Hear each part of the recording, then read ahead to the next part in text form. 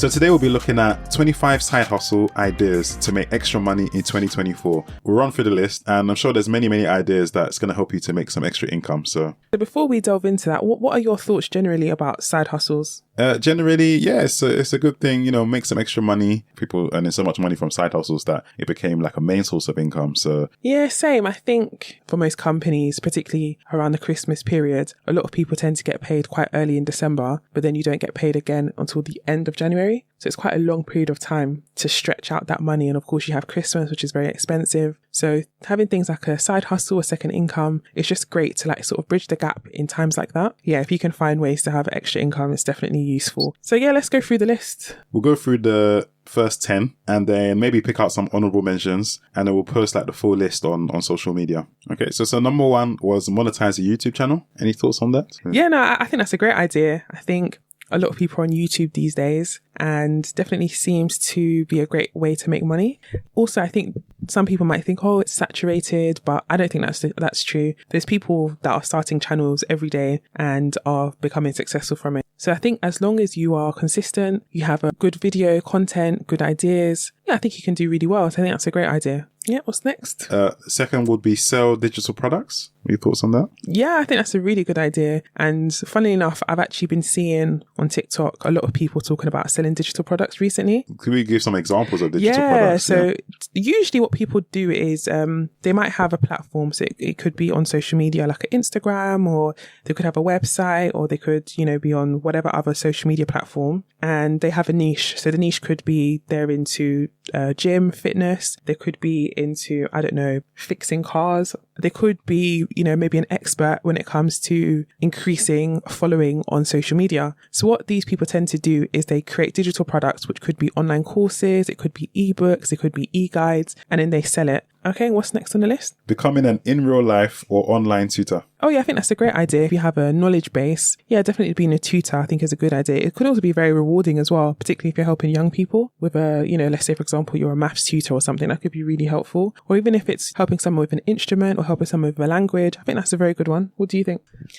Yeah, for a language, I had a personal tutor a couple of years ago. So, but then also like in terms of like, usually it's like a class, but when you're able to get that one-on-one time, you can have like more, you can ask more questions and you can just get more personalized study. So I found it really, really valuable, really, really useful. So I used to like pay for that. And was that online or was that in person? Yeah, it was online. Yeah. I had quite a few tutors actually. There's definitely lots of people making money from it. And for me, it was very beneficial. So fourth on the list is delivering packages. So that would be like, for example, Amazon delivery service. So yeah, that's definitely, I've got a friend that does that. Okay, as a side hustle? As a side hustle, yeah. Okay. Next one is starting a podcast. Okay. Hey. Starting a podcast, like social media and blogging.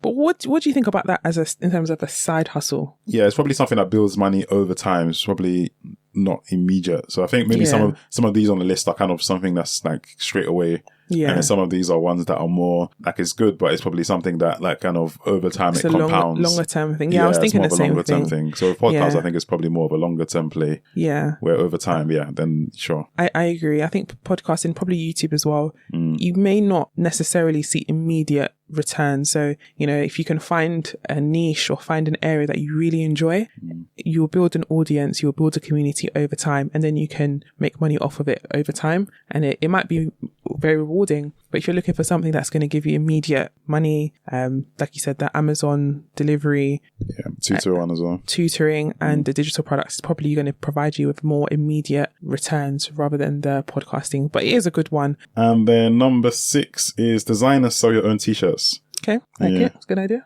I feel like there was a time, maybe a few years ago, where that was very popular. There was lots of people like selling t-shirts. Yeah, I remember that too. Yeah, I don't really hear it as much now, but it might be still a thing. Then number 7, offering pet sitting and dog walking services. Yeah, it's a good idea if you're a pet lover. Yeah. I had a colleague that used to do that as well in terms of the pet sitting. So she used to do like cat sitting. So for example, if you're like working from home, so she would then go and do cat sitting, so like multitasking, so cat sitting while she's working from home, which is quite useful as well. Which is because I suppose with cats they are less maintenance. You just, I suppose, just give them some water or give them some food, and they pretty much entertain themselves. Number 8 was become a rideshare driver. So I guess that's like Uber, Uber, Bolt, Lyft, etc. Yeah, good idea. So number 9, deliver groceries and other items. So this will be more like Deliveroo, so with a bike riding and so on. Yeah, I think it's a good idea, especially, I think you can choose your hours and choose where you choose your location as well. So if you have a job, you can, work around your working hours, do a few hours of a shift. I think it's a good idea. Yeah, it's a good side hustle. And then number 10 is rent out your home or a spare room. I guess you'll need to own your home first.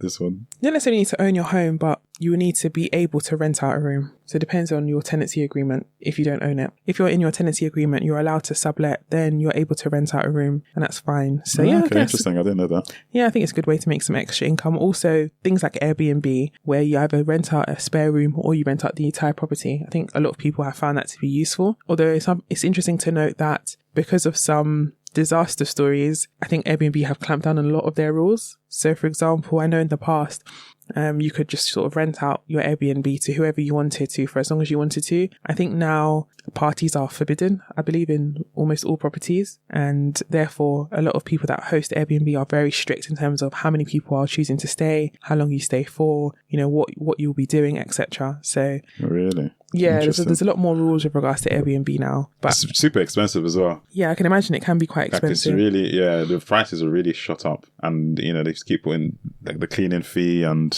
Yeah, they add extra fees in Extra now. fees and stuff, yeah. So personally, I found it, I think at first it was quite cheap, it was super useful. But over time, it's just got more and more expensive. So expensive that sometimes it's more expensive. A lot of times, it's more expensive than just staying in a hotel, to be honest. Right. Which is quite interesting because Airbnb was this rival to a hotel. It was this, it's cheaper, you get the whole property, it's like a home away from home. And then now with all the fees, etc. and the rules, maybe it seems a bit more restrictive. Yeah, more restrictive, more hassle, more expensive. And also, hotels tend to be in like really good locations. That's like true. You can get hotels like maybe right outside the station or something like that with excellent transport links.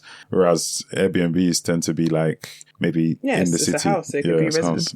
Yeah, I've heard some disaster stories as well. Nightmare stories, shall I say. Really? Yeah. So like you said, with hotels, they tend to be very brightly lit, 24/7, receptionist or concierge, security, good central location, very easy to get to. I heard one funny story where someone was saying that the key to get into their Airbnb was, they called the person who hosted the Airbnb and they were told they had to find a blue bike and that there would be a key attached to a blue bike somewhere on the street. So they ended up having to walk up and down the street for half an hour trying to find this blue bike, which is just absolutely ridiculous. A bike? Yeah, a bicycle, yeah. This was in the middle of the night. They had to walk up and down the street to find this blue bike where they could locate a key to get into the property. Yeah, it got worse from there, but yeah, it was, just the sort of experience you wouldn't expect at something like a hotel. No. But yeah, of course, that's a worst case scenario. Big time. But it's just to show that, before Airbnb seemed so much better than hotels, but now I guess you have to weigh it up. You got to do your due diligence as well. So yeah,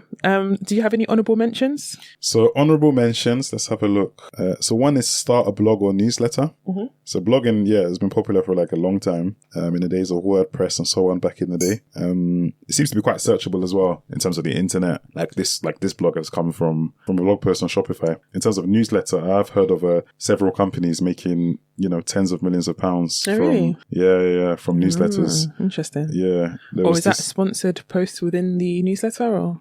Sponsored like adverts within the newsletter, but then also I think it was so they were like kind of doing like journalism as well. So it became like super popular. So they were able to get like a massive like reader base. But yeah, I think it's mainly from ads is running the. Interesting. Another honourable mention is participate in paid online surveys. Are you kidding me?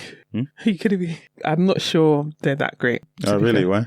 You'd have to do like hundreds to get like a few pounds. Oh, really? Yeah. Oh, is it really low? Okay, I didn't know that. I think so, yeah. Okay, I wouldn't really say that's the best. Okay, but I mean, if anyone out there has made a lucrative side hustle from surveys, let us know. But I think generally speaking... Was it like what, like 10 quid or something, or is it? Yeah, I think you have to do hundreds to get Really? maybe like £10. Hundreds. Okay, well, Yeah. okay, that's probably not a good use of time then. Yeah. The other honourable mention would be resell used or vintage goods. So there is that app Vinted, isn't there? So yeah, I think it is a good side hustle. But I think it might be a bit time consuming. If you're not selling items you already own, then there's going to be some effort in terms of looking out for good items that are sellable. And also they might not be the same type of item each time. So that might pose some challenges, but I think it could be a good side hustle. Also, one thing we didn't mention was this Amazon FBA people talk about, or Amazon selling, affiliate selling. Oh, drop shipping and stuff. And drop shipping as well. Yeah, that's what that is. That was on the list, yeah. But that's something that people mention. Yeah. So as we said, we'll drop the full list on our socials to make sure you have a look at that. But let us know if you've partaked in any of these side hustles, and if so, how you found them. Also, just one thing to note. So for those listeners in the UK, our tax authority, HMRC, have announced that a lot of these companies where you might sign up with in order to help with your side hustle will now have to share data in terms of who's making money on their websites. So for example, Airbnb, Vinted, eBay will now have to share this data. So that's one thing to watch out for. We're looking to touch upon this in a future podcast. So make sure you're subscribed to our podcast so that when we touch upon it and other things like that, you're first to listen. Yeah, sounds really good.